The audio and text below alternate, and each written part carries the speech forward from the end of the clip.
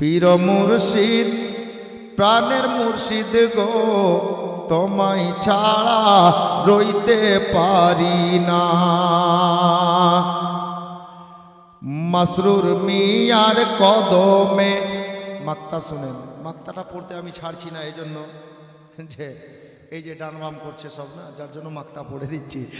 মাসরুর মিয়ার কদমে সালাম জানাই অধমে। কাজুটা কি হবে? ভাবছি যে আমাকে খাইতে দিলে রে ভাই, সুবহানাল্লাহ। কাজু ভাই বুঝলেন, মাশাআল্লাহ। না কেউ মাইন্ড করবেন না, আল্লাহ অনেক দিচ্ছে, আমি অনেক খাচ্ছি।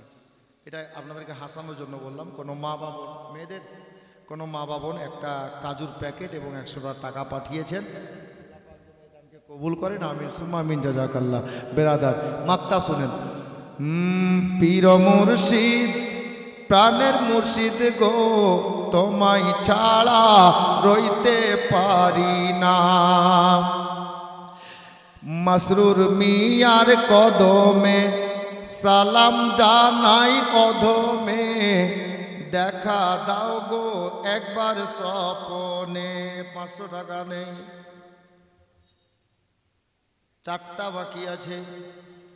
মাসরুর মিয়ার কদমে সালাম জানাই অধমে, দেখা দাও গো একবার স্বপনে।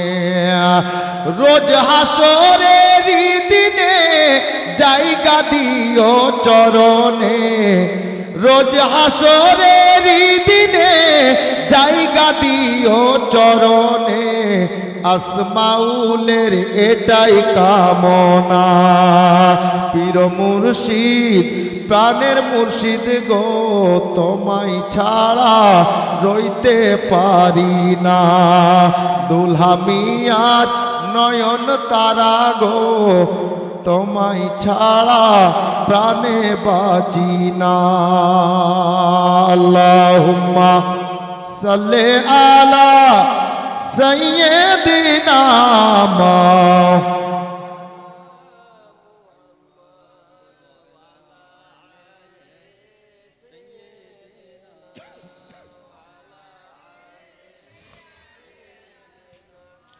মৌলানা মোহাম্মদ সাল্লাল্লাহু তাআলা আলাইহি ওয়াসাল্লাম। বাবারা ভাইরা মা বোনেরা গো, বলতেছিলাম ওই যে বয়স্ক লোকটা, একে একেবারে টাটকা মিথ্যা কথা বলে রাজি করিয়ে নিল। বাবা লোকটা গলে গেল। লোকটা সত্যিকারে জানে আমার ইমাম মুসলিম কার বাড়িতে আছেন। মা বোনেরা গো, আমার ইমাম মুসলিম রাদিয়াল্লাহু তাআলা আনহু যে বাড়িতে আছেন বাবা, ওই লোকটার নাম একটু আগে বলেছি, হানি বিন উরওয়া। ওই হানি বিন উরওয়ার বাড়িতে আমার ইমাম মুসলিম আছেন। আর মাগরিবের পরের ঘটনা বাবা, অন্ধকার ছেয়ে গেছে। ইমাম মুসলিম যে বাড়িটাতে আছেন, বয়স্ক লোকটা কুফার জামে মসজিদে লোকটাকে বলল, বাবারে কথা বলিস না, চুপচাপ আমার পিছনে পিছনে আয়। এই দুষ্ট লোকটা বলছে কাজ হয়ে গেছে, জেনে গেছি, এবার কোথায় আছে পাওয়া যাবে। বাবারা ওই হানি বিন উরওয়ার বাড়িতে গিয়ে ওই বয়স্ক লোকটা ইশারা করলেন, হানি দরজা খুলো। হানি দরজা খুলে দিলেন। বাবা যেমনই দরজা খুলেছে, অল্প সুম করে জিজ্ঞাসা করছে কি হলো গো? বলে এই লোকটার বাড়ি হলো মুলকে শাম, হুজুরের কাছে মুরিদ হবে, 3000 দিরহাম টাকা আছে, এটা হুজুরকে নাজরানা করবে রে, যার কারণে আমি এনেছি। বাবারা ভাইরা মা বোনেরা, ওই লোকটাকে ভিতরে ভরে নিলেন হানির কিন্তু একটা সন্দেহ ছিল, লোকটাকে দেখে যেন কেমন লাগতেছে। বাবারা ভাইরা গো, মা বোনেরা গো, আমার ইমাম মুসলিম রাদিয়াল্লাহু তাআলা আনহু উনাকে পার্সোনাল কামরাতে, পার্সোনাল রুমের মধ্যে জায়গা দেওয়া ছিল।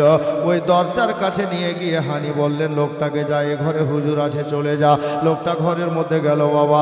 আর ঘরের মধ্যে চলে যাওয়ার পরে হুজুরকে সালাম করলো। হুজুরের হাতে হাত দিয়ে আমার হোসেনের নামে মুরিদ হলো। একেবারে ধোকাবাজ, অনেক বড় ধোকাবাজ মুরিদ হলো বাবা। মুরিদ হয়ে গিয়ে সারা রাত হুজুরের খিদমতে থাকলো। যেমনই সকাল হয়েছে বাবা, ওই যে 3000 দিরহাম টাকাটা হুজুরকে নজরানা করে দিল। হুজুর এই টাকাটা রাখেন, আমি বিবি বাল বাচ্চাওয়ালা মানুষ, ব্যবসা বাণিজ্য করে খাই, আমাকে ছুটি দেন, আমি চলে যাই মুলকে সামে। এই কথা বলে বাবা বেরিয়ে গেল বাড়ি থেকে।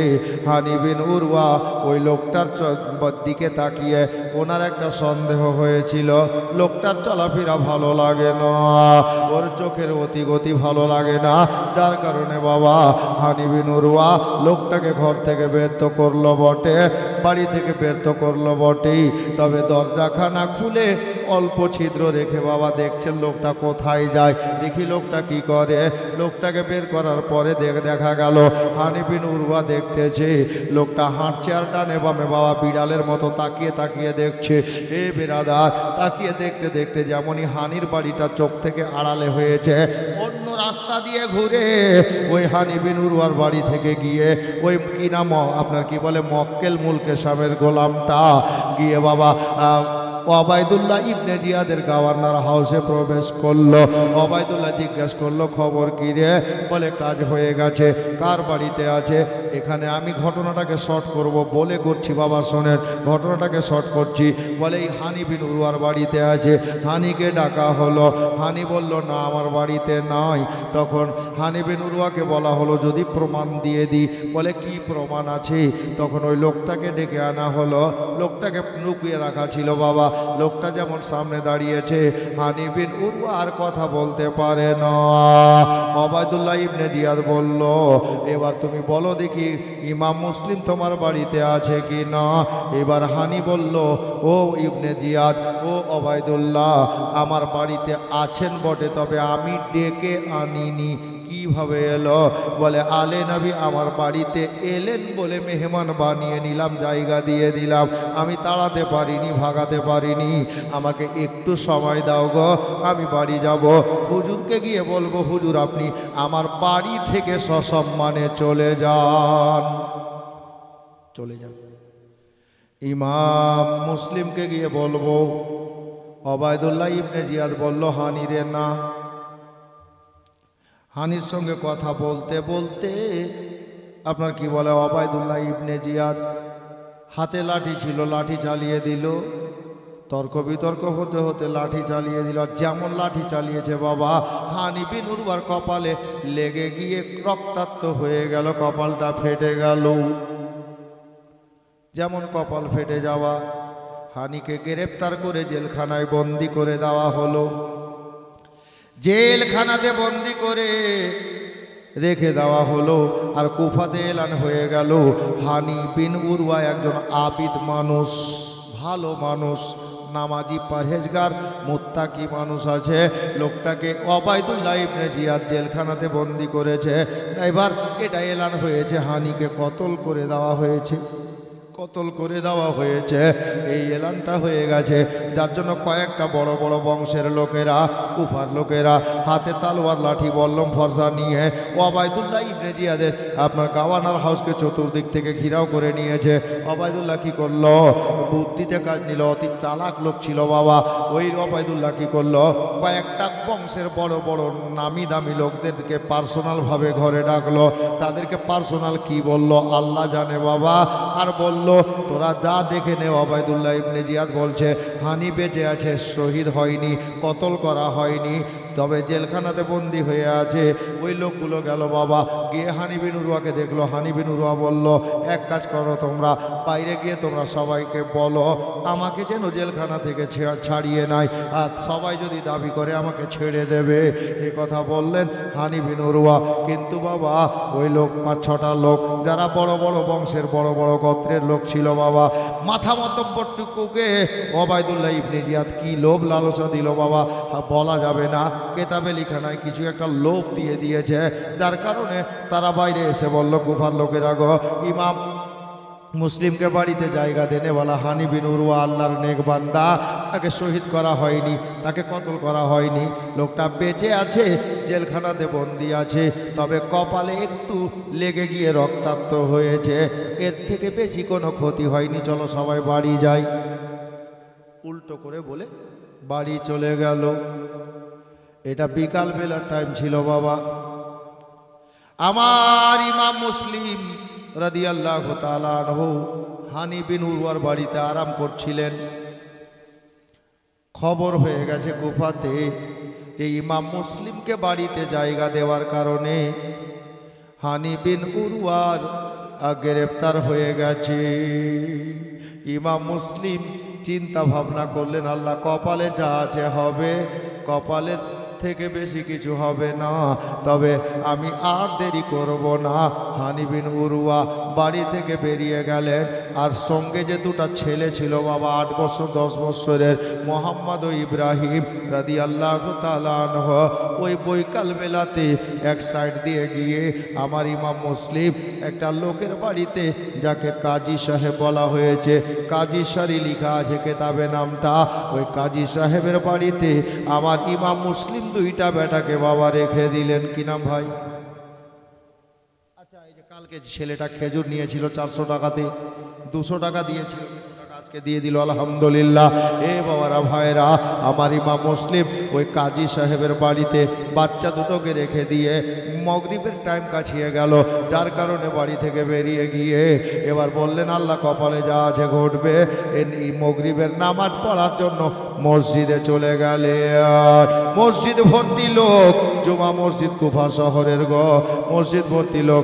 আবার ইমাম মুসলিম নামাজ পড়াতে লাগলেন। যখন মসজিদে জামাত শুরু হলো, মসজিদ ভরা লোক ছিল, একটাও লোক কম ছিল না বাবা, একেবারে পূর্ণ মসজিদ ভর্তি হয়ে গিয়েছিল। মাগরিবের নামাজ শেষ করা মাত্র ইমাম মুসলিম ডানে বামে সালাম ফিরিয়ে দেওয়ার পরে যেমনই বাবা পিছন ফিরে তাকাবেন, দেখতে পাওয়া গেল একটাও নামাজি মসজিদে নাই। ইমাম মুসলিমের সন্দেহ হয়ে গেল, আল্লাহ কোনো আপনার তরফ থেকে বালা চলে আসলো নাকি? এদেরকে আপনি আসমানে তুলে নিলেন নাকি? জমিনটা ফেটে গিয়ে নিচে চলে গেল নাকি? এ বাবারা ভাইরা, এতটা নামাজি গেল তো গেল কোথায়? সবাই তো ইক্তেদা করে নামাজ পড়তে লেগেছিল বাবারা ভাইরা গো।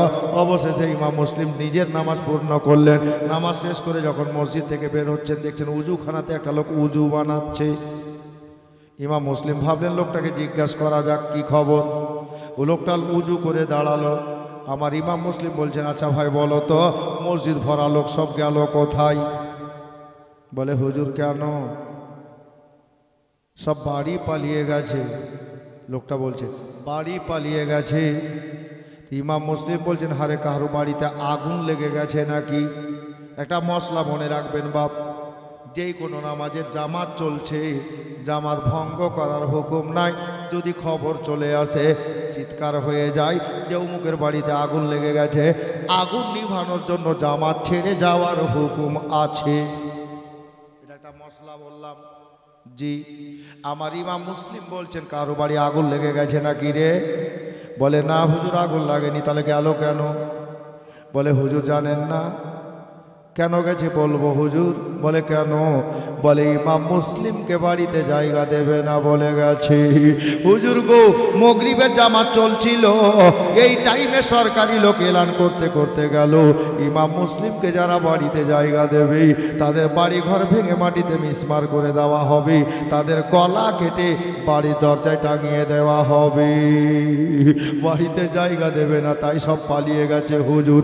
আমার ইমাম মুসলিম বললেন, ভাইরে তুমি কেন আছো? তুমিও চলে যেতে। ওই লোকটা বলছে, হুজুর সত্যি আমিও চলে যেতাম, কিন্তু আমার জামাত ফেল, আমি জামাত পাইনি বলে আছি। ও তো ঠিক আছে। আমার ইমাম মুসলিম কুফার জামে মসজিদ থেকে বেরোলেন। মাগরিবের পরের ঘটনা। রাস্তায় নেমে দেখছেন, যেই দিকে তাকিয়ে দেখছেন বাবা, কোনো বাড়ির দরজা খোলা দেখতে পাওয়া যায় না। ইমাম মুসলিম যেই দিকে তাকাচ্ছেন, বাড়ির দরজা বন্ধ। হুজুর চিন্তা করছেন, আল্লাহ গো, আজকে আমি কার বাড়িতে যাব আল্লাহ, আমাকে কে জায়গা দেবে গো? আমার কিসমতে যা আছে হবে। সব বাড়ি তো দরজা বন্ধ করে নিয়েছে। সত্যিকারে কুফার লোক ধোকা দিয়ে দিল। তবে আল্লাহ গো, আমি আমার জানের পারওয়া করি না আল্লাহ। আমি যে নবীর নাতি হুসাইনকে চিঠি লিখে ডেকে পাঠিয়ে নিয়েছি, আল্লাহ দয়া করে যেন আমার হুজুর কুফাতে না আসে।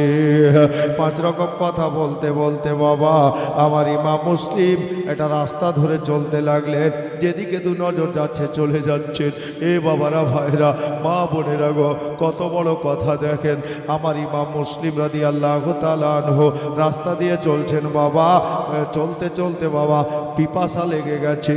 কোনো বাড়ির দরজা খোলা নাই গো। কার বাড়িতে পানি পান করবেন? আমার ইমাম মুসলিম একটা বাড়ির দরজায় আওয়াজ দিলেন।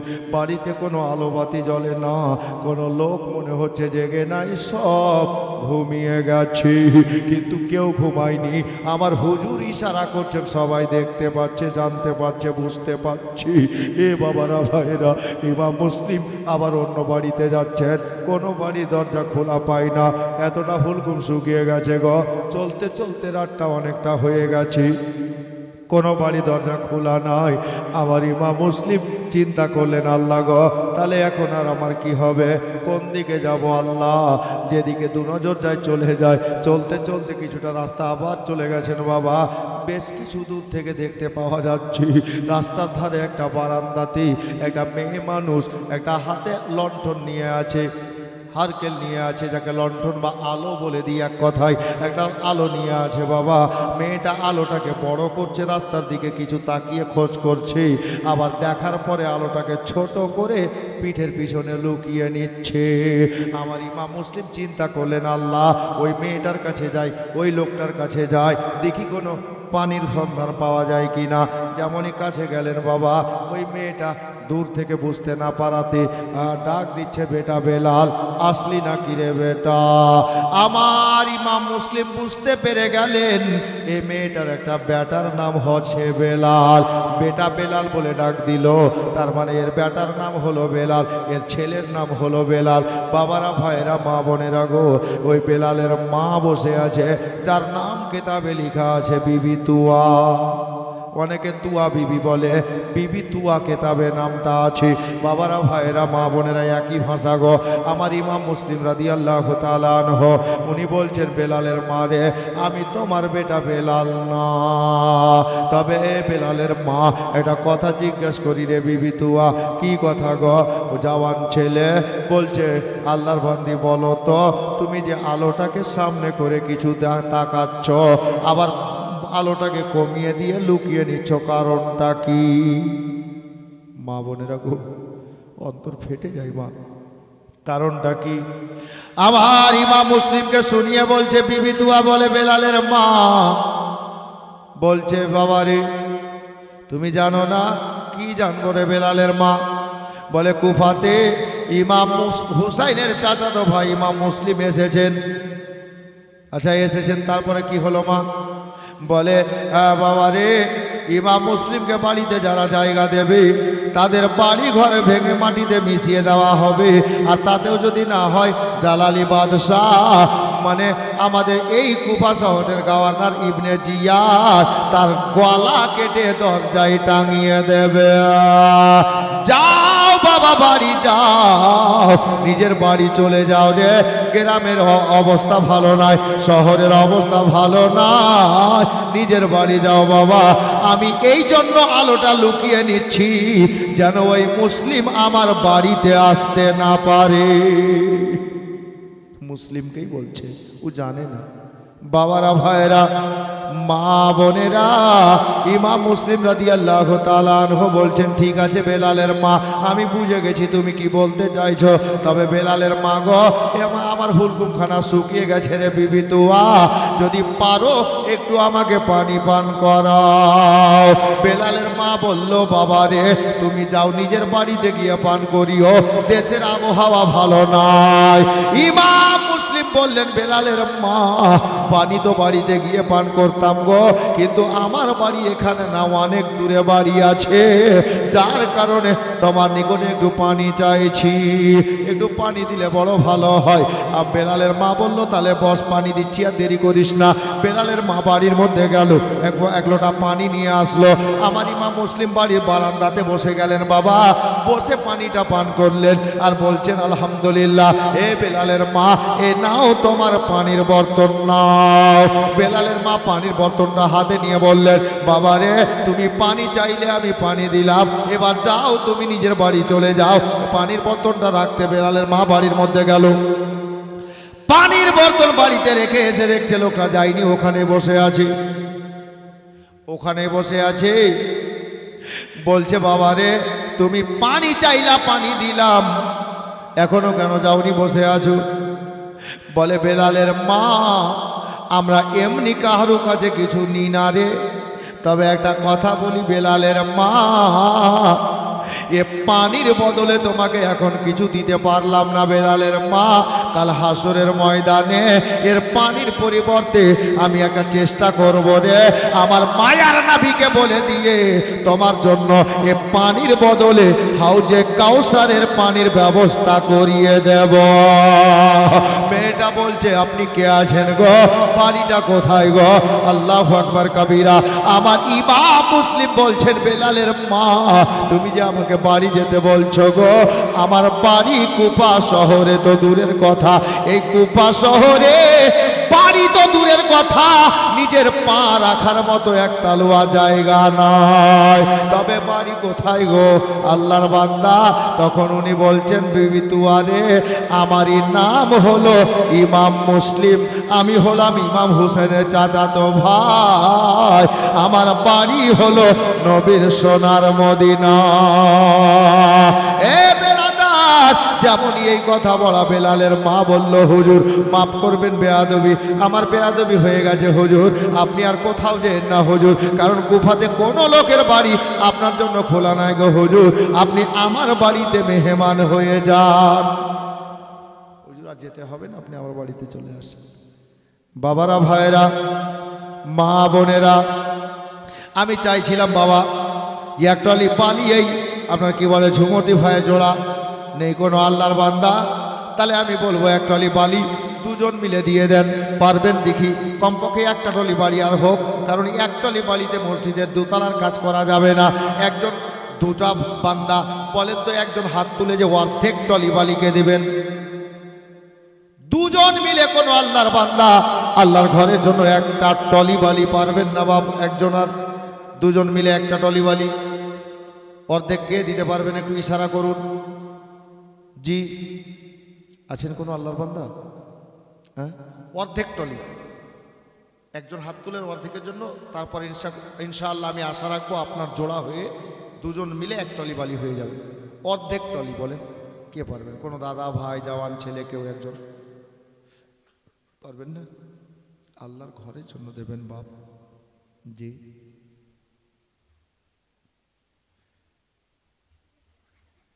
হাজরাতে গ্রামী, আরে বাবা কি আছে? হ্যাঁ, কিছু বলবে না, ব্যাংক কাটে না, বসে কাটে না ব্যাংক। চলে আসলে ওকে একটু ইশারা দিয়ে এদিক ওদিক করবে, ও এমনি পালিয়ে যাবে, ও তো থাকবে না, ব্যাংক কাটে না খালা। যাই হোক, অর্ধেক টলি বালি দেনেওয়ালা নেই? কোনো দাদা ভাই চাচা কেউ একজন নেই গো? অর্ধেক টলি, আল্লাহ আল্লাহ। নবী ছাড়া 5G'র জামানা, একদম ফুল টাওয়ার জি, সুবহানাল্লাহ। নবী ছাড়া জান্নাত পাবে না,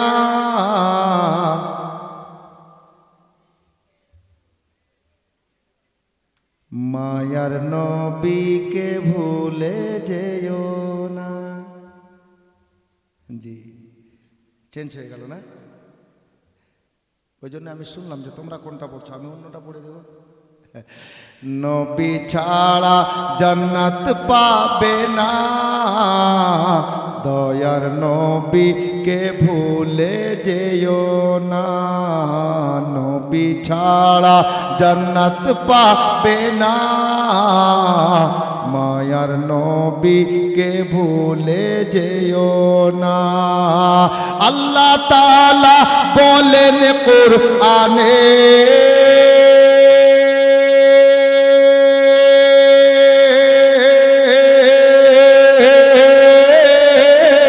আল্লাহ তাআলা বলেন কোরআনে, যা আছে আসমান ও জমিনে সবই কিছুই তোমার অধীনে,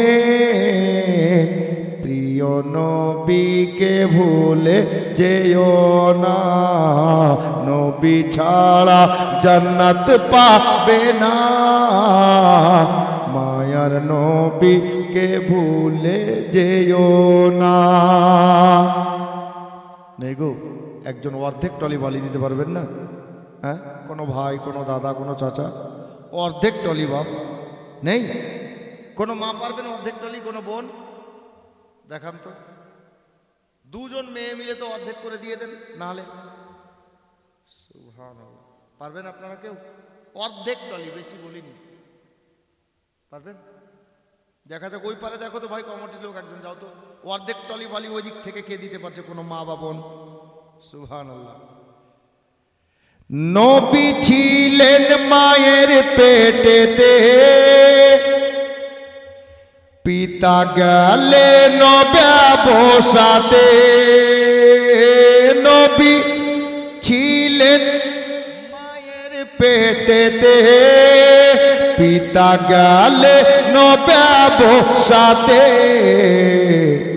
আসার পথে ফিরে এলেন না, স্বামী হারা হলেন মা আমেনা, পথে ফিরে এলেন না, স্বামী হারা হলেন মা আমেনা।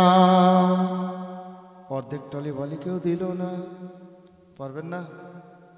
হ্যাঁ, কোনো জওয়ান ছেলে নেই এরকম কোনো হিম্মতবাজ, হ্যাঁ, যে নবীর মোহাব্বতে আজ আল্লাহর ঘরের জন্য অর্ধেক টলি বালি লিখাবে, এরকম কোনো ছেলে নেই?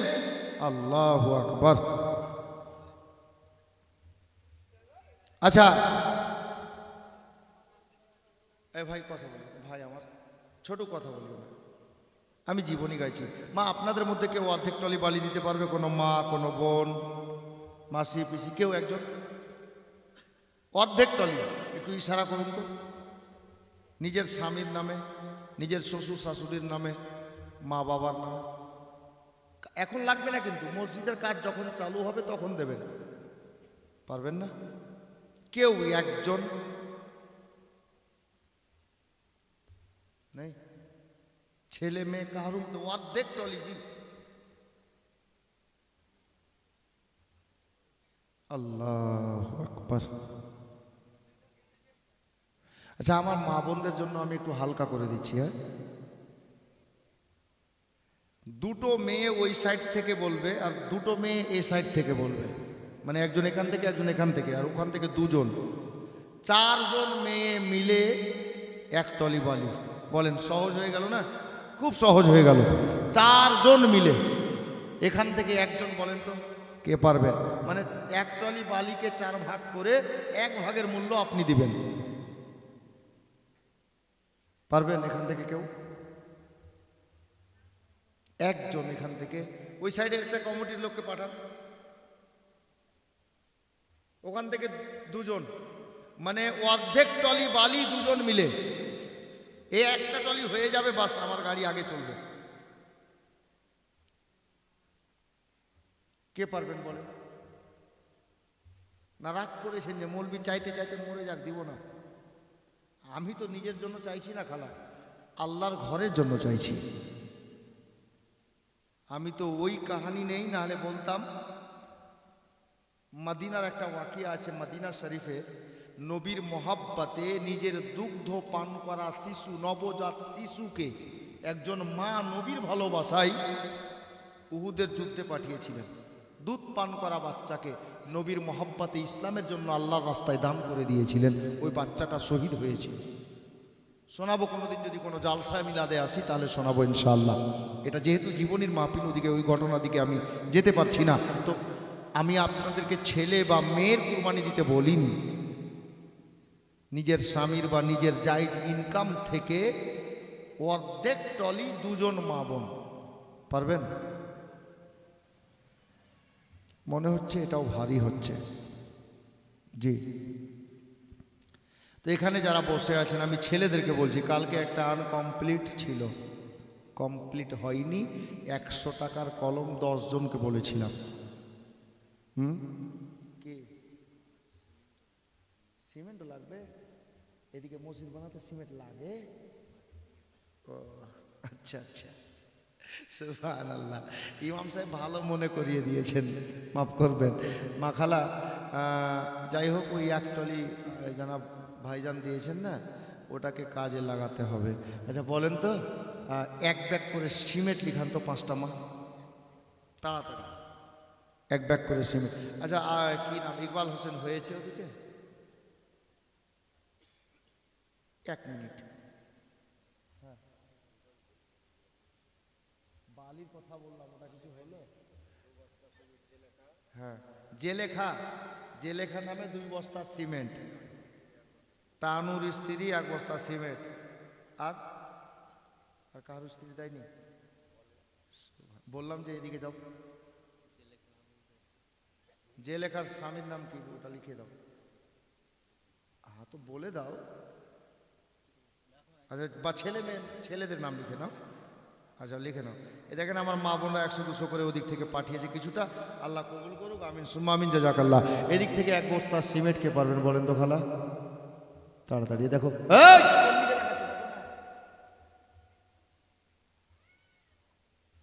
দেখো এখনো দেখতে পাইনি। কারামা ও বাড়িরই দান আছে, অসুবিধা কি আছে? হ্যাঁ, আমার চাচি যান ইকবালের আম্মা 1 বস্তা সিমেন্ট, আলহামদুলিল্লাহ। আচ্ছা ইকবাল, হয়নি লিখানো? এত লেট করলে হয়? দেরি করিও না ভাই, একটু 2য় নম্বর কলম দেখো। সুবহানাল্লাহ, 1 ব্যাগ সিমেন্ট, তাড়াতাড়ি বলেন কে পারবেন, তাড়াতাড়ি। আচ্ছা এদিক থেকে 2 জন দেন, 5 জন চেয়েছি, এদিকে একটা হয়ে গেছে। এই বর্ডার থেকে দেন 2 জন, 1 ব্যাগ সিমেন্ট কে পারবেন? একটু ভাই, আল্লাহর ঘরের জন্য এটাও দরকার আছে, আর ওর জন্যই তো আপনারা লাগিয়েছেন জলসা। তো বলছি কে পারবেন? একজন, কোনো মা, কোনো বোন আমার, 1 ব্যাগ সিমেন্ট বলেন। শুধু ইশারা করেন, আমি কোনো ছেলেকে পাঠাবো, নাম বলে দিয়েন। 1 বস্তা সিমেন্ট কেউ পারবেন না?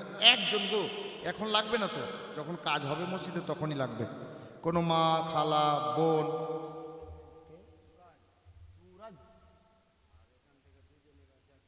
সুরাজ কই? তো বাইরে কি করছে? জালসা এখানে হচ্ছে তো বাইরে?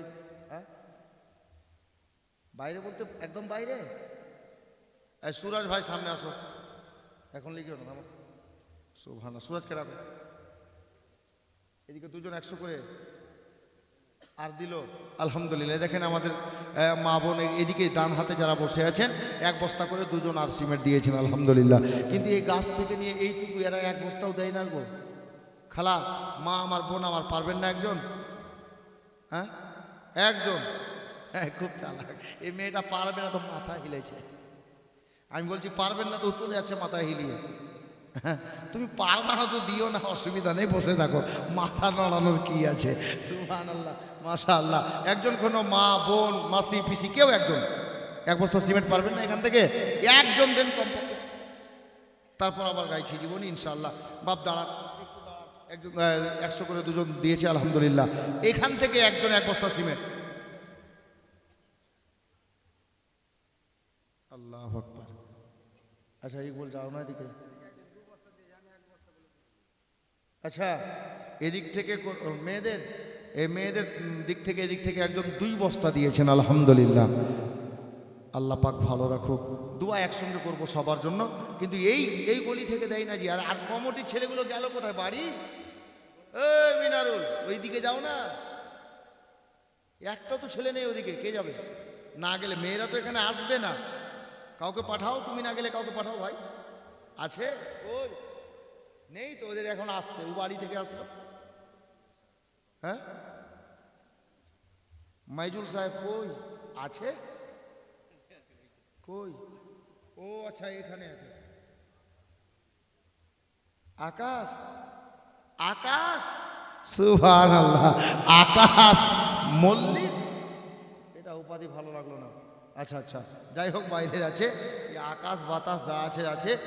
500 টাকা দিয়েছে, আল্লাহ কবুল করুক, আমিন সুম আমিন, জাযাকাল্লাহ। বেরাদার হাজরাতে গ্রামী, তো 1 বস্তা করে সিমেন্ট, মাজহারুল, 1 বস্তা করে সিমেন্ট। সুবহানাল্লাহ, মাশাআল্লাহ।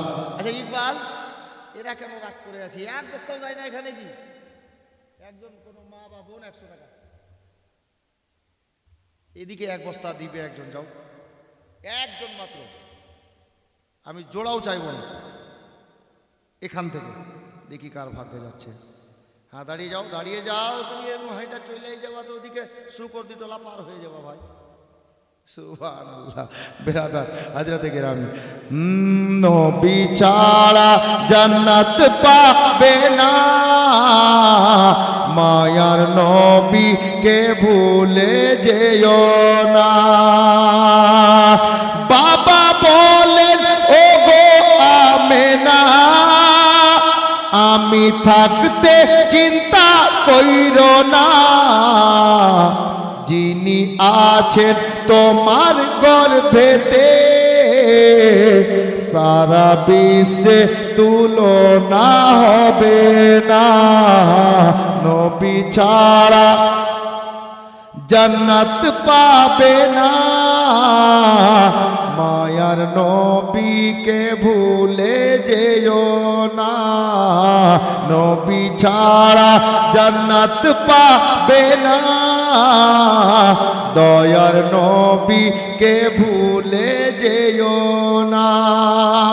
বেরাদার, আমি যেখানে বলছিলাম ওখানে নিয়ে যাচ্ছি। আমি প্রত্যেকটা মা বোনকে বলবো 1 বস্তা করে সিমেন্ট যেন আপনার বাবারা, ভাইয়েরা, মা বোনেরা, রাত অনেকটা হয়ে গেল কিন্তু শুনে নেন, চিন্তা করিয়েন না, বেশি বাজেনি বাপ, 10টা বেজে 2 ঘন্টা 7 মিনিট, টাইম বেশি হয়নি জি। হাজরাতে গ্রামী, বেরাদার বাবারা, ভাইয়েরা, মা বোনেরা, আমি যেখানে বলছিলাম ওখানে শুনেন। আমার ইমাম মুসলিমকে বেলালের মা বলল, বিবি তুয়া বলল, হুজুর আর আপনি আগে যেন না, কোনো দিকে গিয়ে আপনি কোনো বাড়ি দরজা খোলা পাবেন না, সবার বাড়ি দরজা আপনার জন্য বন্ধ হয়ে গেছে। আমার বাড়িতে মেহমান হয়ে যান, যা আছে কপালে হবে, আপনি আমার বাড়িতে মেহমান হয়ে যান। হুজুরকে ঘরের মধ্যে নিলেন বাবা। আমার ইমাম মুসলিম রাদিয়াল্লাহু তাআলা আনহুকে পার্সোনাল রুম দিলেন বাবা। এবার বাবা কাকে বলে একটু বুঝিয়ে দিচ্ছি 1 মিনিটের মধ্যে। আমার ইমাম মুসলিম রাদিয়াল্লাহু তাআলা আনহুকে হাত পা ধোয়ার ব্যবস্থা করে দিলেন, পানি দিলেন বাবা। হুজুর আপনার কি বলে ফ্রেশ হয়ে গেলেন, পানি নিয়ে হাত মুখ ধৌত করে নিলেন। এবার ঘরের মধ্যে বিছানা করে দিয়ে সব মাদুর পেতে দিয়ে সব বিছিয়ে দিয়ে হুজুরকে বসার জায়গা দিলেন। আর বেলালের মায়ের বাড়িতে যে খাবার ছিল বাবা, এটা থালাতে করে খুলে আমার ইমাম মুসলিমের সামনে নিয়ে গিয়ে বলছে, হুজুর একটু খানা খেয়ে নেন। যেমনই বাবা খানা খেতে বলেছেন, খানার দিকে যেমনই তাকিয়েছেন, ইমাম মুসলিম রাদিয়াল্লাহু তাআলা আনহু, ওনার মনে পড়ে গেল, আল্লাহ কোন বৈকাল বেলাতে আমার মা হারা 2টা ছেলেকে, আমার নিজের ছেলে 2টিকে কাজীশাড়ির বাড়িতে রেখে এসেছি। আল্লাহ ওই বাচ্চাগুলো খেলো কিনা জানি না, যদি না খেয়ে থাকে বাচ্চাগুলো, আমি বাবা হয়ে কোন মনে কোন প্রাণে খানা খাবো। তাই ডাক দিয়ে বললেন, বিবি তুয়া, এ বেলালের মা শোনো রে, আমার খাবার লাগবে না রে, যাও তোমার খাবার তুমি তুলে রেখে দাও। জি, কিছু বলবে তাড়াতাড়ি।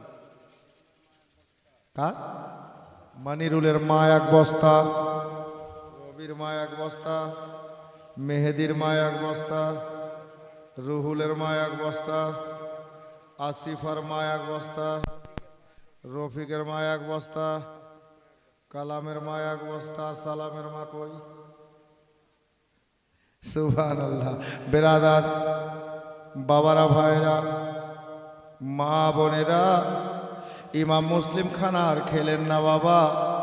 একটাই কথা মনে ভেবে, আল্লাহ আমার ছেলে যদি না খেয়ে থাকে, কচি কচি বাচ্চা দুটো না খেয়ে থাকে, আমি বাবা কোন মনে কোন প্রাণে খানা খাবো।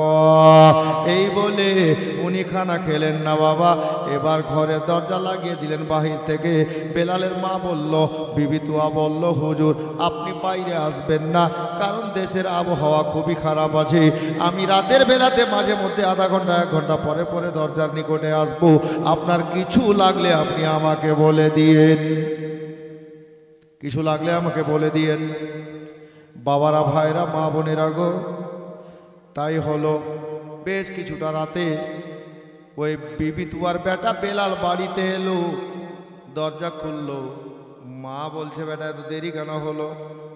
বলে, মা গো, আমি যে ইবনে জিয়াদের দরবারে কাজ করি, আজকে কাজকর্ম একটু বেশি, তার মধ্যে একটা সমস্যা আছে।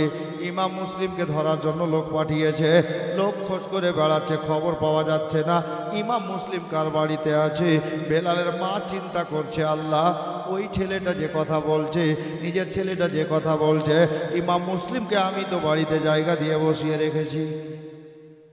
বলে, বেটা ছাড় ওগুলো কথা, চল খানা খা। একটাই বেটা বেলাল, একটাই বেটা, একমাত্র ছেলে। খানা খাওয়ানো হলো। বেলাল দেখছে মাঝে মধ্যে রাত্রিবেলাতে মা উঠছে আর আপনার কি বলে ওই রুমটার দরজার দিকে যাচ্ছে।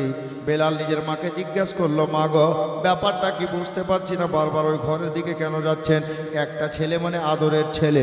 বেলালের মা বলল, বেলাল রে, ওই ঘরের কোনো অসুবিধা নেই রে বেটা, এমনি যাচ্ছি। বলে, মা কোনো তো কারণ আছে, আপনি বলেন। ইনি বলছেন, বেটা রে, আমি তোমাকে বলবো বটে, তবে তুমি তোমার মায়ের সঙ্গে ওয়াদা করো বেটা, এই কথা যেন কাউকে বলবে না। ঠিক আছে মা, বলবো না। তাহলে বলেন। বলে, দেখ বেটা, ইমাম মুসলিম রাদিয়াল্লাহু তাআলা আনহু, জিনার জন্য কুফার সমস্ত দরজা বন্ধ হয়ে গেছে, আমি ওই মুসলিমকে নিজের বাড়িতে জায়গা দিয়েছি।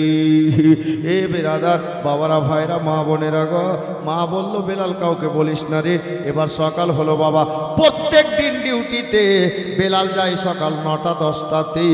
আজকে 7টা বাজতে না বাজতে বাড়ি থেকে বেরিয়ে গেল।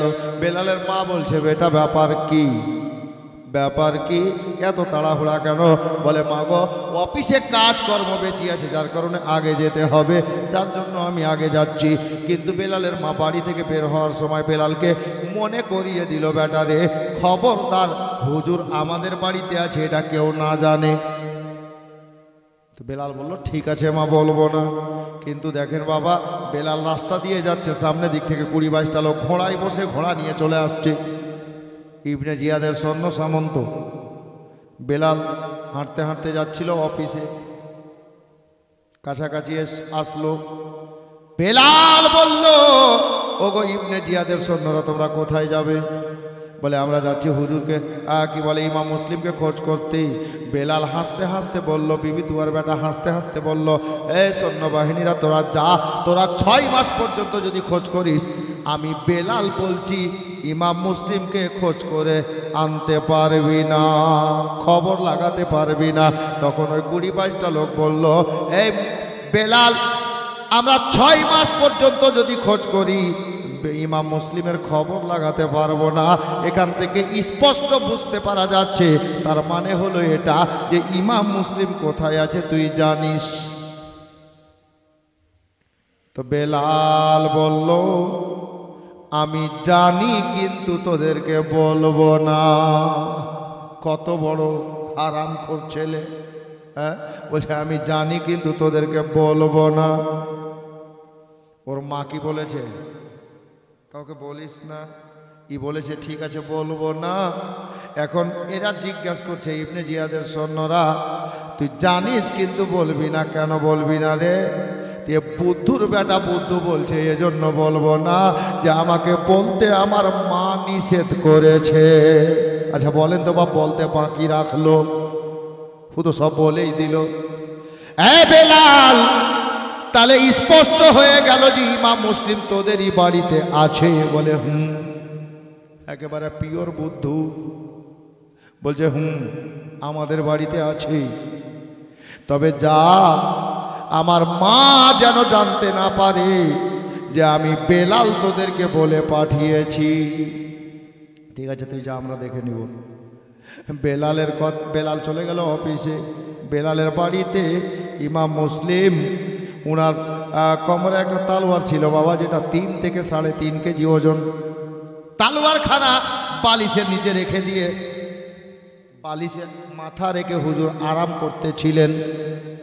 আমার ইমাম মুসলিম 20-22টা ঘোড়ায় একসঙ্গে রাস্তা দিয়ে চলে বেলালের বাড়ির দিকে আসছে, বিবি তুয়ার বাড়ির দিকে আসছে। ঘোড়ার পায়ের আওয়াজ খটখট খটখট করে শুনতে পাচ্ছেন ঘরের মধ্যে থেকে। একসঙ্গে 20-22টা ঘোড়া চলছে। ইমাম মুসলিমের মনে সন্দেহ হলো, আল্লাহ গো, সত্যিকারে যদি ইবনে জিয়াদের সৈন্য সামন্ত আমাকে ধরতে আসে। উনি উঠে বসে গেলেন, তালোয়ারখানা বালিশের নিচে থেকে টেনে বের করলেন। আল্লাহ, যদি সত্যিকারে আমাকে ধরতে আসে তাহলে তালোয়ার আজকে কাজে লাগিয়ে দেব। ইমাম মুসলিম তৈরি, ঘরের মধ্যে তৈরি হয়ে বসে আছেন। সত্যিকারে 20-22টা ঘোড়া এসে বাবা বিবি তুয়ার বাড়িটাকে ঘেরাও করে নিল। আর সরকারি লোক দরজায় আওয়াজ দিল। ইমাম মুসলিমের সন্ধানে এসে বিবি তুয়াকে ডাক দেওয়া হলো। বেলালের মা দরজা খুলো, অল্প করে দরজা খুলে বলছে, কে তোমরা গো? বলে, আমরা সরকারি লোক, ইবনে জিয়াদের দরবার থেকে এসেছি। আমার বাড়িতে কি উদ্দেশ্যে? বলে, বলো তো বেলালের মা, তোমার বাড়িতে ইমাম মুসলিম আছে কি? বেলালের মায়ের সন্দেহ হয়ে গেল, আল্লাহ গো, এই কাজটা অন্য কারো না, আমারই বেটার হয়েছে, কারণ আমার বেটা ছাড়া কেউ জানে না। বেরাদার, বেলালের মা উনি চিন্তা করলেন, আল্লাহ, জীবনে মিথ্যা কথা বলিনি, আন্দাজা লাগান, জীবনে মিথ্যা কথা বলিনি। আজকে আলে নবীকে বাড়িতে জায়গা দিয়েছি, আর আমার বাড়িতে আছে এ কথা যদি বলে দিই যে না আমার বাড়িতে ইমাম মুসলিম আছে, তাহলে আলে নবীর সঙ্গে গাদ্দারি করা হবে, যে বাড়িতে জায়গা দিয়ে আমাকে ধরিয়ে দিল, গাদ্দারি হয়ে যাবে। আর যদি বলি যে না, তো আমার আল্লাহ রাসূল মিথ্যা ভালোবাসেন না, মিথ্যা বললে জাহান্নামে পড়তে হবে। এ বেরাদার, বাবারা, ভাইয়েরা, মা বোনেরা গো, আমার ইমাম মুসলিমের মোহাব্বতে, আলে নবীর ভালোবাসাতে বেলালের মা চিন্তা করলেন, আল্লাহ গো, জীবনে মিথ্যা বলিনি, আজকে গাদ্দারি আমি করব না, তবে জেনে বুঝে মনে জেনে একটা মিথ্যা কথা বলবো আলে নবীকে বাঁচানোর জন্য, আলে নবীর সম্মানার্থে। আল্লাহ গো, একটা মিথ্যা বলার কারণে আমাকে যদি 1000 বছর জাহান্নামের আগুনে পড়তে হয়, আমি জাহান্নামে পড়তে রাজি আছি, নবীর খানদানের সঙ্গে গাদ্দারি করতে আমি রাজি না। যেমনই বেলালের মা না বলতে যাবে, ওইদিকে আপনার কি বলে ইমাম মুসলিম দরজা খুলে দিয়ে বেরিয়ে গেল। বেলালের মা, রে না বলিস না, বলে দে যে ইমাম মুসলিম আমার বাড়িতে আছে। দরজা খুলে দে বেলালের মা, দরজা থেকে সরে যা। 20-22টা লোক বাবা একেবারে একই সঙ্গে বেলালের বাড়িতে ঢুকে পড়ল। এ বাবারা, 20-22টা লোক, আর ওইদিকে ইমাম মুসলিম একা বাবা তালবার বের করে নিয়েছে। রাস্তা থেকে সরে যা রে বেলালের মা। 20-22টা লোক তালবার চালাতে লাগলো। আমার ইমাম মুসলিম এক সাইড থেকে তালবার চালাচ্ছে বাবা। এ মা বোনেরা, এমন তালবার চলছে, তালবারে তালবার লেগে আগুন বেরিয়ে আসছে, আগুনের ফিনকি বেরিয়ে আসছে। মা বোনেরা গো, এই তালবার চালাতে চালাতে একটা দুষ্ট দুরাচার লোক আমার ইমাম মুসলিমের পেশানিকে লক্ষ্য করে যেমনই তালবার চালাতে যাবে বাবা, ইমাম মুসলিম তালওয়ার মারাটা দেখে নিয়েছে। যেখানে দাঁড়িয়ে তালওয়ার চালাচ্ছিলেন ইমাম মুসলিম রাদিয়াল্লাহু তাআলা আনহু, আমার ইমাম মুসলিম যেমনই দেখলেন তালওয়ারটা আমার মাথাকে লক্ষ্য করে, পেশানিকে লক্ষ্য করে চালিয়েছে। তালওয়ার কাছে আসতে আসতে আমার ইমাম মুসলিম বাবা একটু মাথাটাকে মতো পিছনে সরিয়ে নিলেন। আর যেমনই পিছনে সরিয়ে নিয়েছেন বাবা, তালওয়ার তো মাথাতে লাগলো না, পেশানিতে লাগলো না, উপরে লাগলো না বাবা। তালওয়ারের আগাখানা বেশি চোখা ধারালো তেজ হয়, ওই তালওয়ারের আগাটা গিয়ে লাগবি তো লাগ, আমার ইমাম মুসলিমের উপরকার ঠোঁটে বাবা লেগে গেল। যেমনই উপরকার ঠোঁটে তালওয়ারটা লেগেছে গো, হুজুরের ঠোঁট খানা কেটে দুটা ভাগ হয়ে গেল।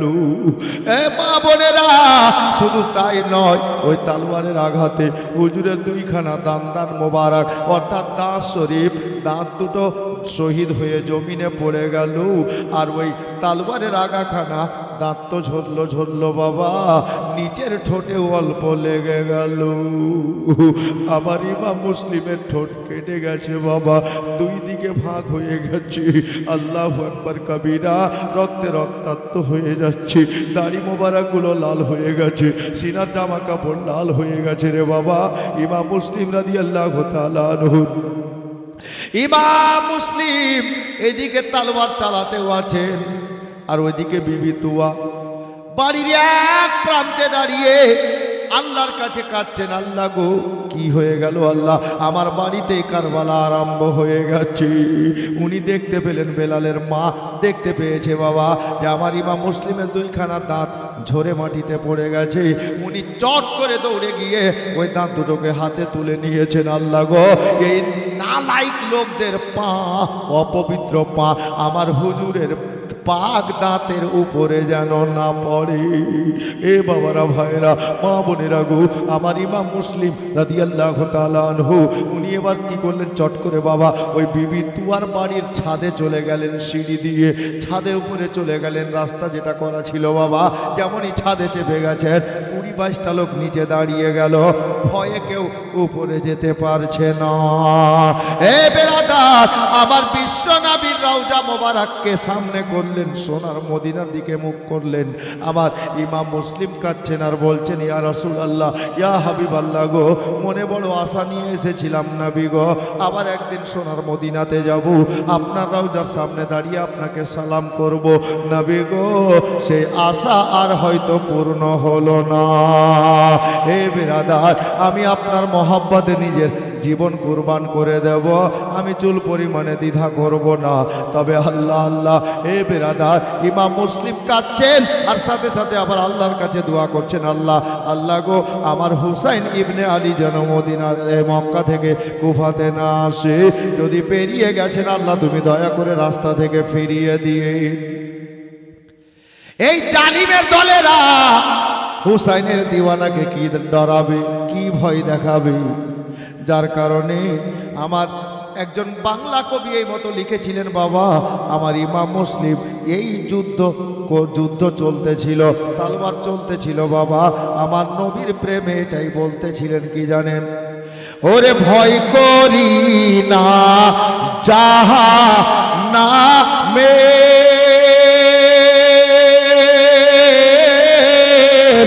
আগুন ডরায় আমার নবীর নামে রে,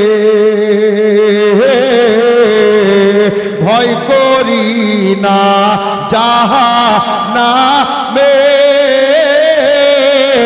আগুন ডরায় আমার নবীর নামে রে, আগুন হবে ফুল খোদার নূরে তৈরি গো আমার মুহাম্মদ রাসূল। ওরে নবী আমার পাকা দাড়ি শক্ত হালে ছাড়বেন তরি রে, নবী আমার পাকা কান্ডারি শক্ত হালে ছাড়বেন তরি রে, তাই তো বসে আরাম করি পাইব নদীর কুল খোদার নূরে তৈরি গো আমার মুহাম্মদ রাসূল। নবীর দিওয়ানা বলছেন কি জানেন, ওরে জান্নাতের ওই হুরো পরি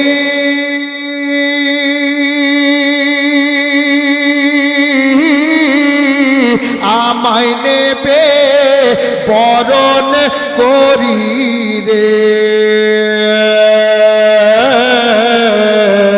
জান্নাতের ওই হুরো পরি আমায় নেবে বরণ করি রে গলাই দেবে ফুল খোদার নূরে তৈরি গো আমার মোহাম্মদ রাসূল খোদার নূরে তৈরি গো আমার মোহাম্মদ রাসূল সাল্লাল্লাহু আলাইহি ওয়াসাল্লাম। বাবারা একবারে চট করে শাহাদাত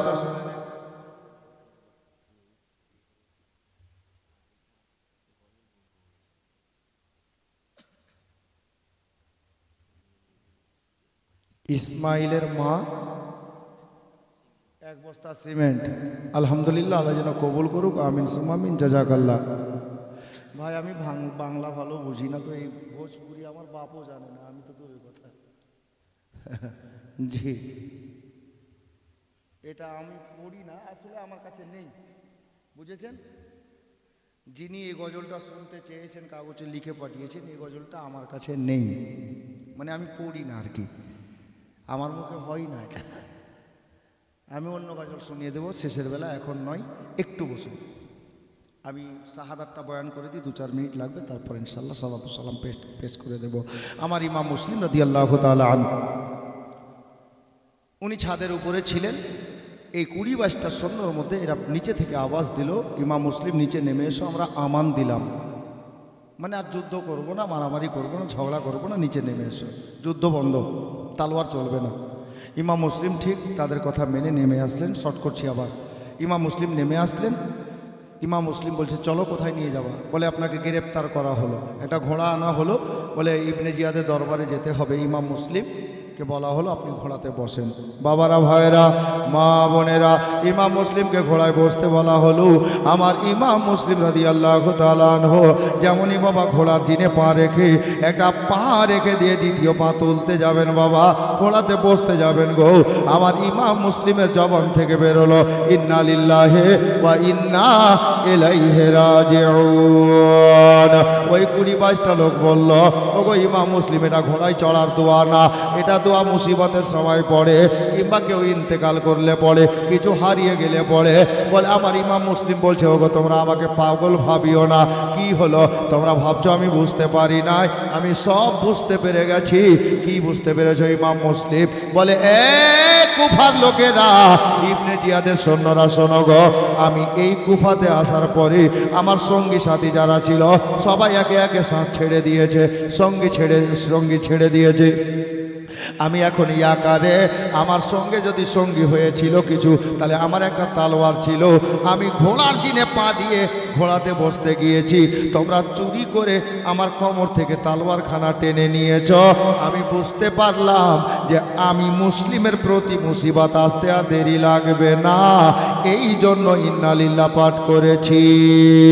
এ বেরাদার, ইমাম মুসলিমকে নিয়ে যাওয়া হলো ইবনে জিয়াদের দরবারে।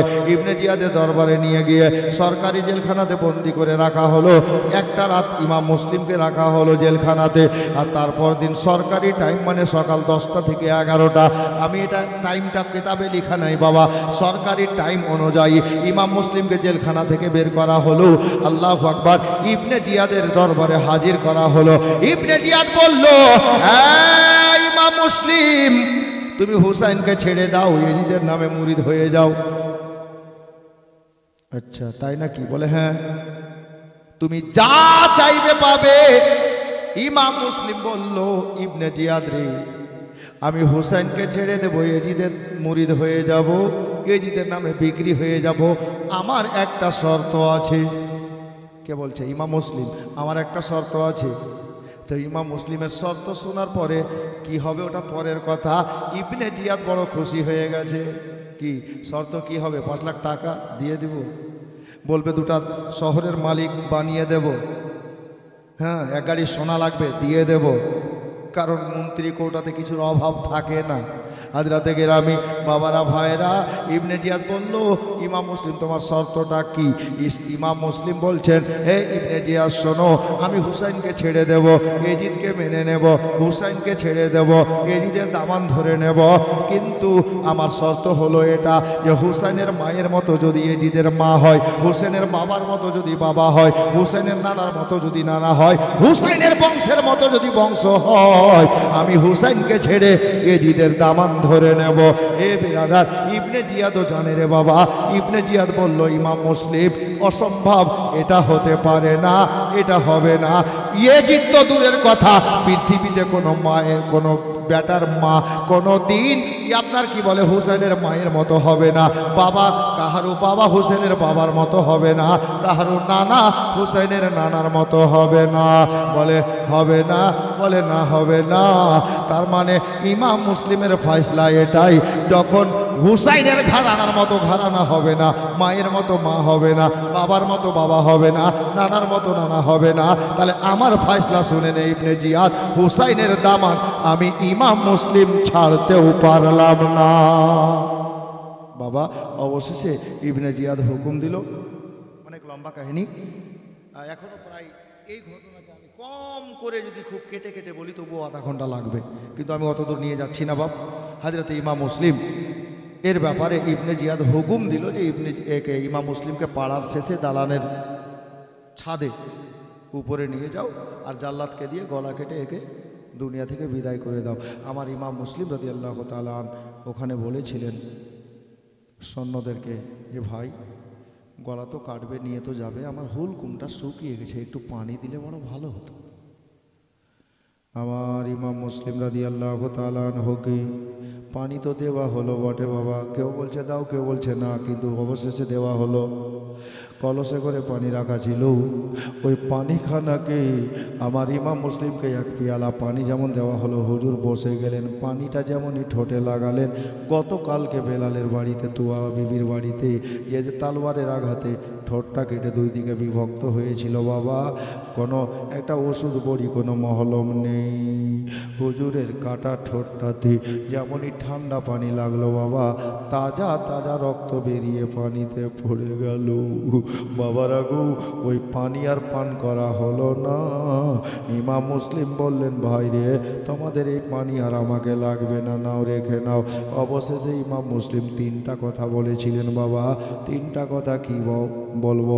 আমার ইমাম মুসলিম বলেছিলেন, ইবনে জিয়াদ শোনো, বলেছিলেন অন্য কাউকে, কিন্তু আমি তাড়াতাড়ি করছি বাপ, রাত অনেকটা হয়ে গেছে। ইবনে জিয়াদের দরবারের শেষে ওই লোকটা বলে দিয়েছিল, ইমাম মুসলিম বলেছিলেন এক নম্বর কথা যে আমি এই কুফাতে এসেছি, আসার পরে আমার হুসাইন ইবনে আলীকে চিঠি লিখে কুফাতে ডেকেছি, আমাকে তোমরা শহীদ করে দেবে, কোনো কথা নেই, ঠিক আছে, কিন্তু তোমরা একটা কাজ করিও, আমার শহীদের পরে আমার ইমাম হুসাইন রাদিয়াল্লাহু তাআলা আনহু যদি চলে আসে তিনাকে বাড়ি যেতে বলিও, আর যদি না আসে তাহলে লোকজন পাঠিয়ে রাস্তা থেকে ফিরিয়ে বাড়ি যেতে বলিও। দ্বিতীয় নম্বর কি? দ্বিতীয় নম্বর বলে কুফাতে আসার পরে আমি 700 দিরহাম টাকা দেনা করেছি, ধার করেছি, ওই টাকাটা পরিশোধ করে দিও ভাই দয়া করে। আর যদি আমার তৃতীয় নম্বর কথা হলো কি, আমার শহীদের পরে তোমরা দয়া করে আমার দেহটাকে তোমরা একটা কবর বানিয়ে দিও, জানাজা পড়ে আপনার কি বলে কবর বানিয়ে দিও। এই তিনটা কথা ইবনে জিয়াদ যখন নিজের কানে শুনে নিল, ইবনে জিয়াদ কত বড় হারামখোর, কত বড় জাল্লাদ বাবা, মুসলমানের নামে কলঙ্ক, এত বড় হারামখোর জাল্লাদ লোক, যখন এই কথাগুলো শুনলো তখন ইবনে জিয়াদ বলল, এই ইমাম মুসলিম শোনো, তোমার দুটা কথা নিয়ে চিন্তা ভাবনা করব, তবে একটা কথার গ্যারেন্টি নাই। কি? বলে হুসাইনকে কুফাতে ডাকবো না ফিরিয়ে পাঠাবো, এটা ভাববো। আর দ্বিতীয় নম্বর, তুমি যে টাকাটা ঋণ করেছো, দেনা করেছো, ধার করেছো, ওটা পরিশোধ করব কি না ওটা ভাববো। কিন্তু তোমার শহীদের পরে তোমার জানাজা হবে কি না, কবর হবে কি না এটা বলা যাবে না। কত বড় হারামখোর লোক বলেন। বাবারা গো, আমার ইমাম মুসলিমকে শেষের বেলায় পাড়ার শেষে একেবারে দালানের ছাদে নিয়ে যাওয়া হলো। সরকারি লোক সাথে আছে। আমার ইমাম মুসলিম রাদিয়াল্লাহু তাআলা আনহু ছাদের উপরে দাঁড়িয়ে গেছেন, জাল্লাদ তলোয়ার হাতে নিয়েছে। আমার ইমাম মুসলিম বলছেন, ভাই জাল্লাদ রে, তুই তো আমার গলা কাটবি রে, একটু দাঁড়া রে, আমার স্বপ্নটা পূর্ণ হলো না রে। আমার স্বপ্ন ছিল সোনার মদিনাতে যাব, আমার নবীর দরবারে কদমের কাছে দাঁড়িয়ে নবীকে সালাম জানাবো, আর মদিনা যাওয়া হলো না রে জাল্লাদ। এখানেই আমার শেষ বিদায়, এটাই আমার চিরবিদায় রে। এ জাল্লাদ একটু দাঁড়িয়ে যা রে, আমি একটু সোনার মদিনার দিকে মুখ করে আমার মায়ার নবীকে সালাম করে নি, আমার দয়ার নবীকে সালাম করে নি। একটু দাঁড়া জাল্লাদ, দাঁড়া রে, আমার মায়ার নবীকে সালাম জানিয়ে দি। আমার ইমাম মুসলিম ছাদের উপরে দাঁড়িয়ে মদিনার দিকে মুখ করে আমার মায়ার নবীকে সালাম জানালেন। আমার পিপাসা লেগে গেছে বাবা। আমার ইমাম মুসলিম শেষের বেলাতে জাল্লাদকে বলল, জাল্লাদ রে, বড় তৃষ্ণা পেয়েছি, হুলকুম শুকিয়ে গেছে জাল্লাদ, একটু আমাকে পানি দাও, তারপর গলা কাটিও রে, সহ্যের বাইরে হয়ে গেছে। আমার ইমাম মুসলিমকে পানি দিতে চাইল না। সরকারি লোক বলল, এটা শেষ ইচ্ছা, যাকে ফাঁসি দেওয়া হয় তার জন্য সরকারি রুলস আছে, শেষ ইচ্ছাটা পূর্ণ করা লাগে। ও যদি কিছু খেতে চায় তাকে খাওয়ানো হয়, কাউকে দেখতে চাই তাহলে দেখানো হয়, কেন একটু পানি দেওয়া যাবে না? বাবারা, ভাইরা, মা বোনেরা, অবশেষে পানি দেওয়া হলো। সেম কেস সেটাই হয়ে গেল বাবা। ছাদে বসে গিয়ে যেমন পানি লাগালেন ঠোঁটে, আবার রক্ত বেরিয়ে গেল। বাবারা গো, মা বোনেরা গো, আমার ইমাম মুসলিম রক্ত মাখা পানিটা আর পান করলেন না। অবশেষে দাঁড়িয়ে গিয়ে বললেন, জাল্লাদ এ পানি আর লাগবে না রে, এ জাল্লাদ আর দেরি করিস না, তাড়াতাড়ি করে তুই নিজের কাজ কর রে, কারণ এই দুনিয়ার পানি পান করলে আবার পিপাসা লাগবে রে। কিন্তু আমি দেখতে পাচ্ছি রে, আমার ইমাম মুসলিম বলছেন, ভাই রে, আমি দেখতে পাচ্ছি জাল্লাদ আমার জন্য হাউজে কাউসারের পানি নিয়ে আমার মায়ার নবী অপেক্ষা করছেন। হাউজে কাউসার যদি কোনো বান্দা একটা বার পান করে নাই, তাকে আর 50,000 বছর পিপাসা লাগবে না।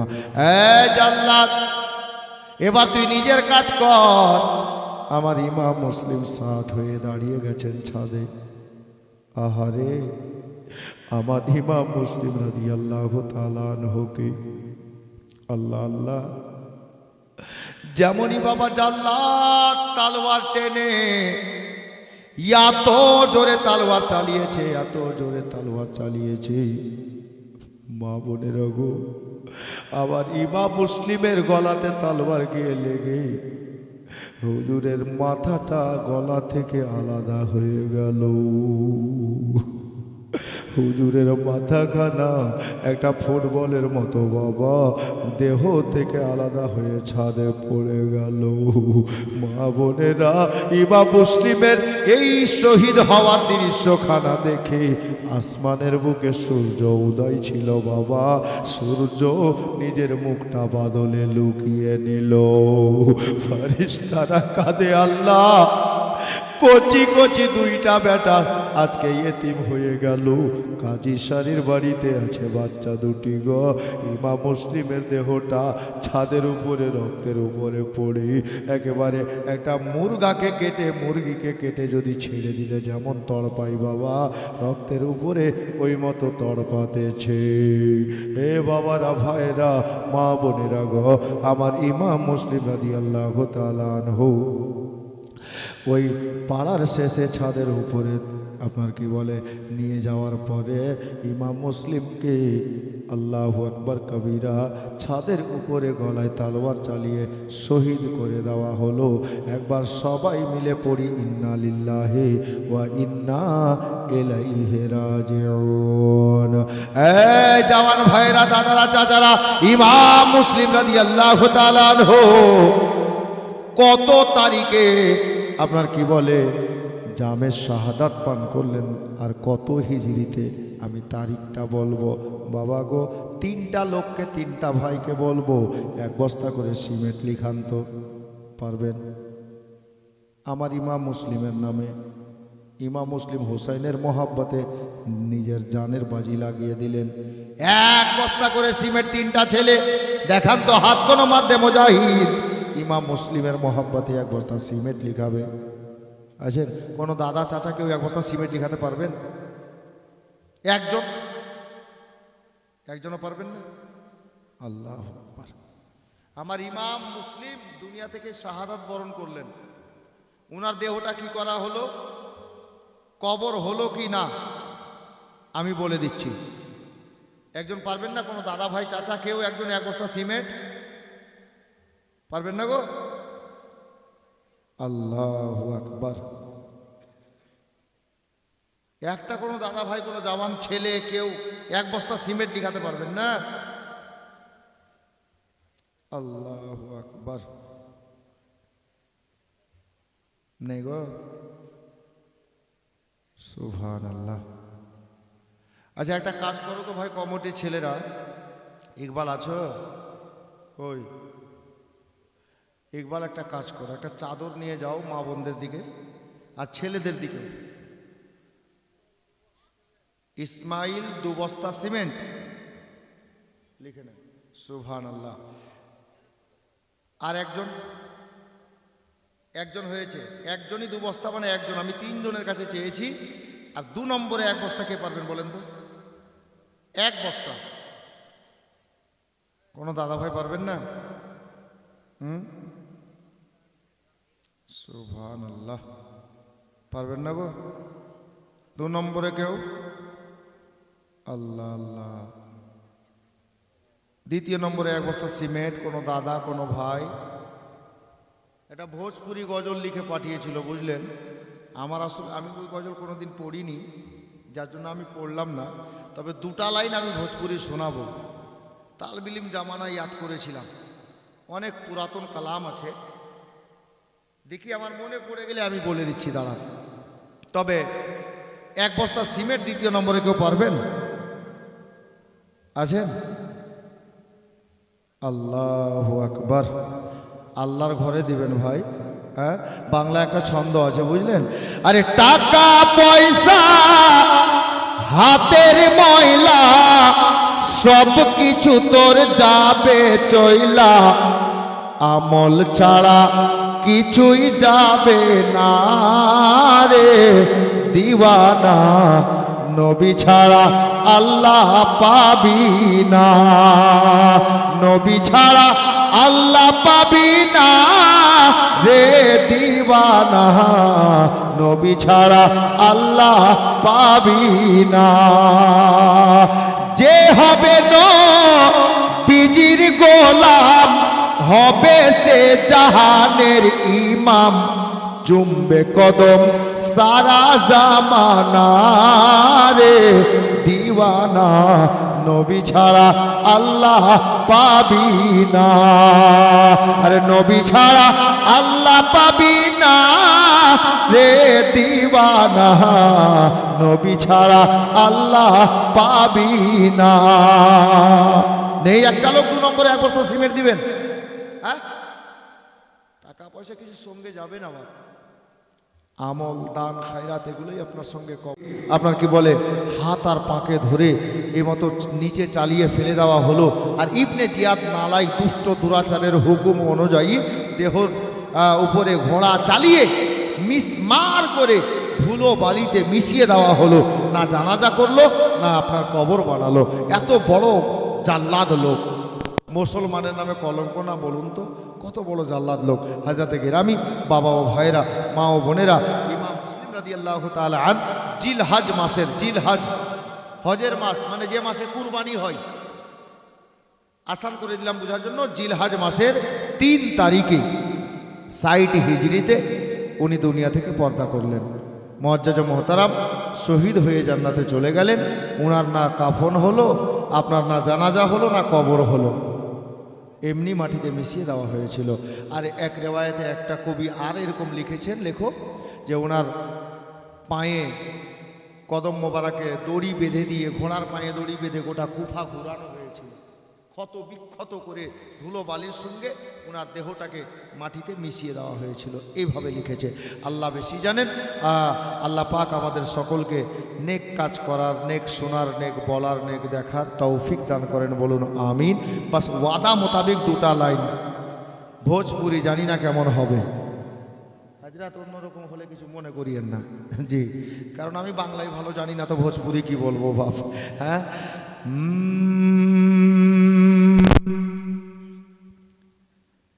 कि नैनन है कब से बेकरार, नैनन है कब से बेकरार, तनी जलवा दिखादा। नैनन है कब से बेकरार, तनी जलवा दिखादा। बिनती करत हो सरकार, तनी जलवा दिखादा। के माथे पे तोहरी महाबत का टीका, या रसूल अल्लाह, माथे पे तोहरी महाबत का टीका, नैनन पे पा तोहरी चाहत के कजरा, करके खड़ा हूँ सिंगार, तनी जलवा दिखादा। करके खड़ा हूँ सिंगार, तनी जलवा दिखादा। नैनन है कब से बेकरार, तनी जलवा दिखादा। बिनती करत हो सरकार, तनी जलवा दिखादा। व आखिर दावाना अनिल हम्दुलिल्लाहि रब्बिल आलमीन। अस्सलामु अलैकुम।